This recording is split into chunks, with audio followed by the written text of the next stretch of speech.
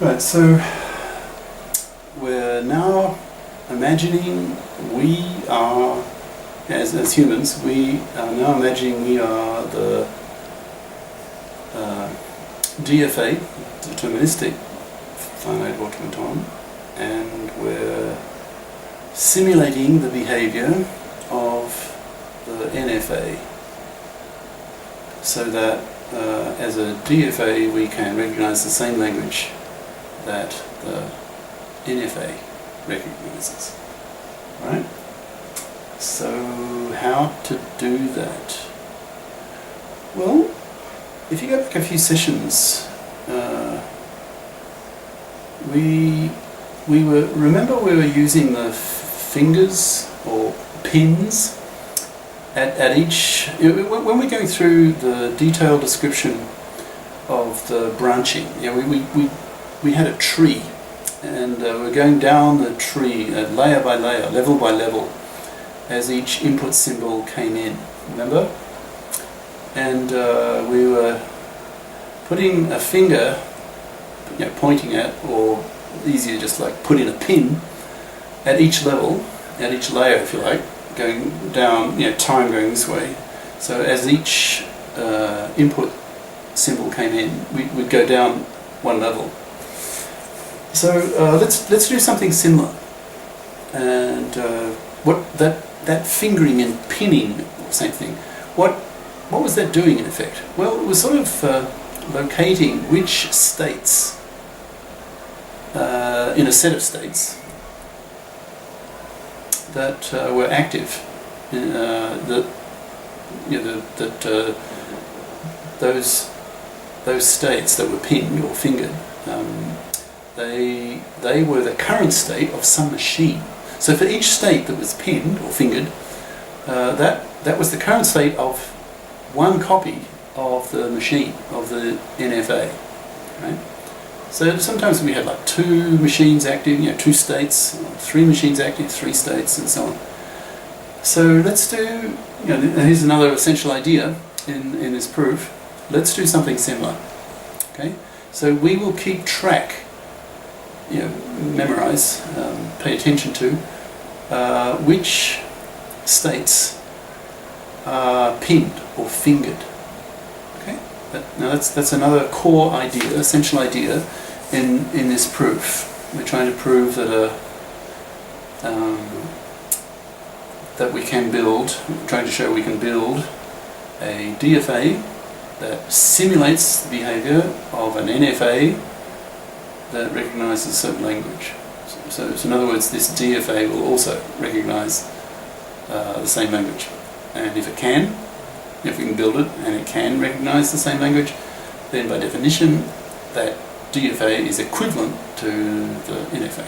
And that's the whole point, is we're trying to prove that for any NFA there is an equivalent DFA. That's the whole point of the proof. Right, so this idea of fingering or pinning is another core idea. So let's take that approach. So all right. So next step. And here's where you need to be creative. All right.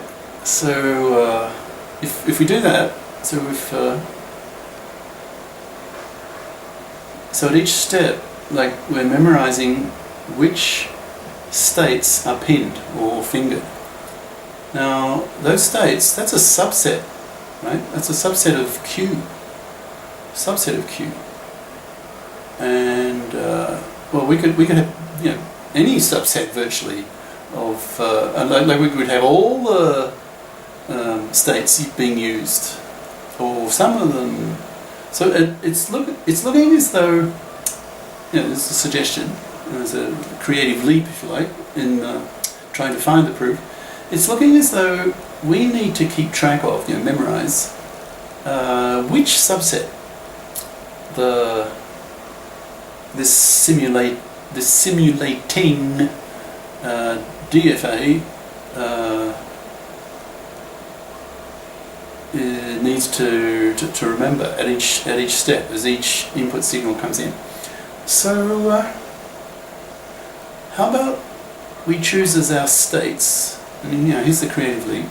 Let's choose as our states for this simulating DFA the power set of Q. Okay?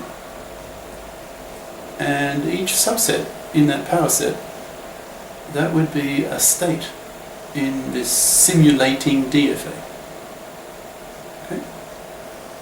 So now, okay, so that's the basic assumption. So let the states of this simulating DFA be the members, the sets, the members of the power set. Remember, a power set is a set of subsets. It's like a set of sets. So the members of that power set would be subsets. Okay, so let each state of this simulating DFA be one of those subsets. So then you can ask, well, how many subsets are there in a power set of set Q? Well, if Q has big N members, the power set of Q will have 2 to the power big N members. So now you're seeing, if we're going to do this, you see why the equivalent DFA usually has hugely more numbers of states than does the NFA, right? Because we're taking the power set.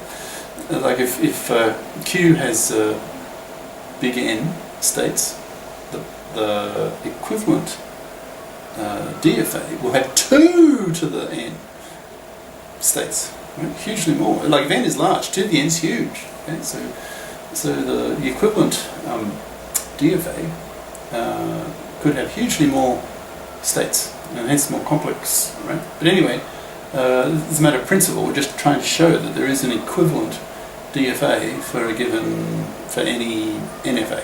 Right? That's what this proof is about. All right. So that's what I'm saying here. So let's choose for the states of the simulating DFA to be all possible subsets of Q, where Q is your set of states of your NFA. Follow that? All right. So then, okay, so we've made a major decision now on the choice of states of this DFA, and next we need to figure out what would the start state be, what would the accept states be. In fact, we won't do it this session, but they're the next obvious things to do. Obviously, we need to talk about the transitions, because we've only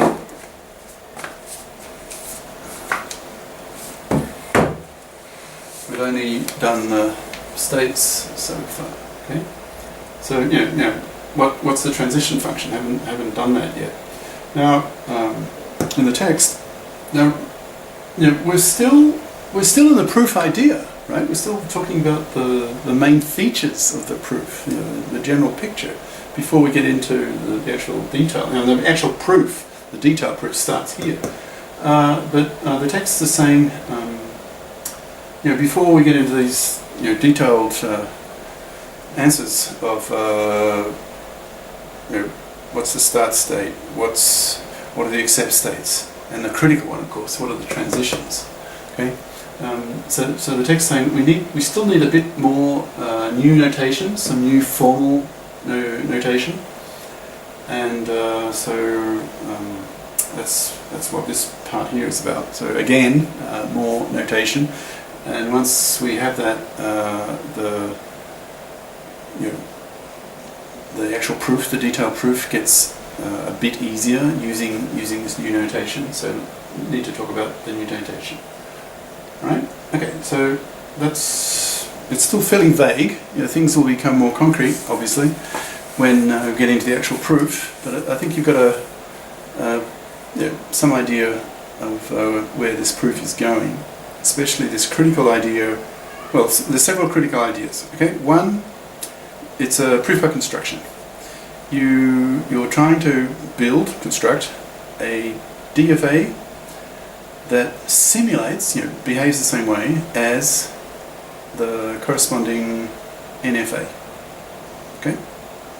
So that this simulating DFA recognizes the same language as the NFA. That's what equivalent means.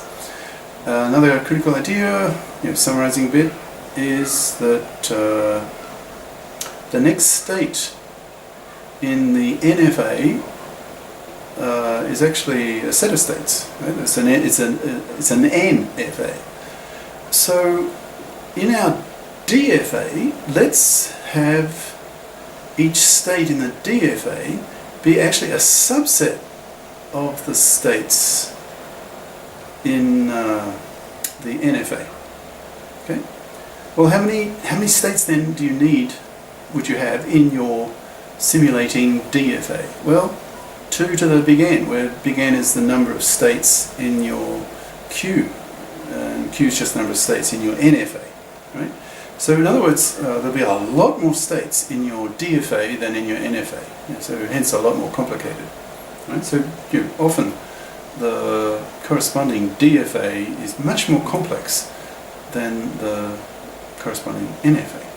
Okay, all right. So notation. So here's the NFA, big N. Here's its formal description, the usual 5-tuple. Okay, and let's say that this machine, this NFA, recognizes language A. Right, and now we're going to construct a DFA. Here's its formal description. M, just M for machine. A DFA. This is an NFA, right? And here's its formal description. Now we're using the same language, let's say. Okay, so the same language, but everything else is different. So Q, here we've got Q dash, delta dash, Q naught, starting state different.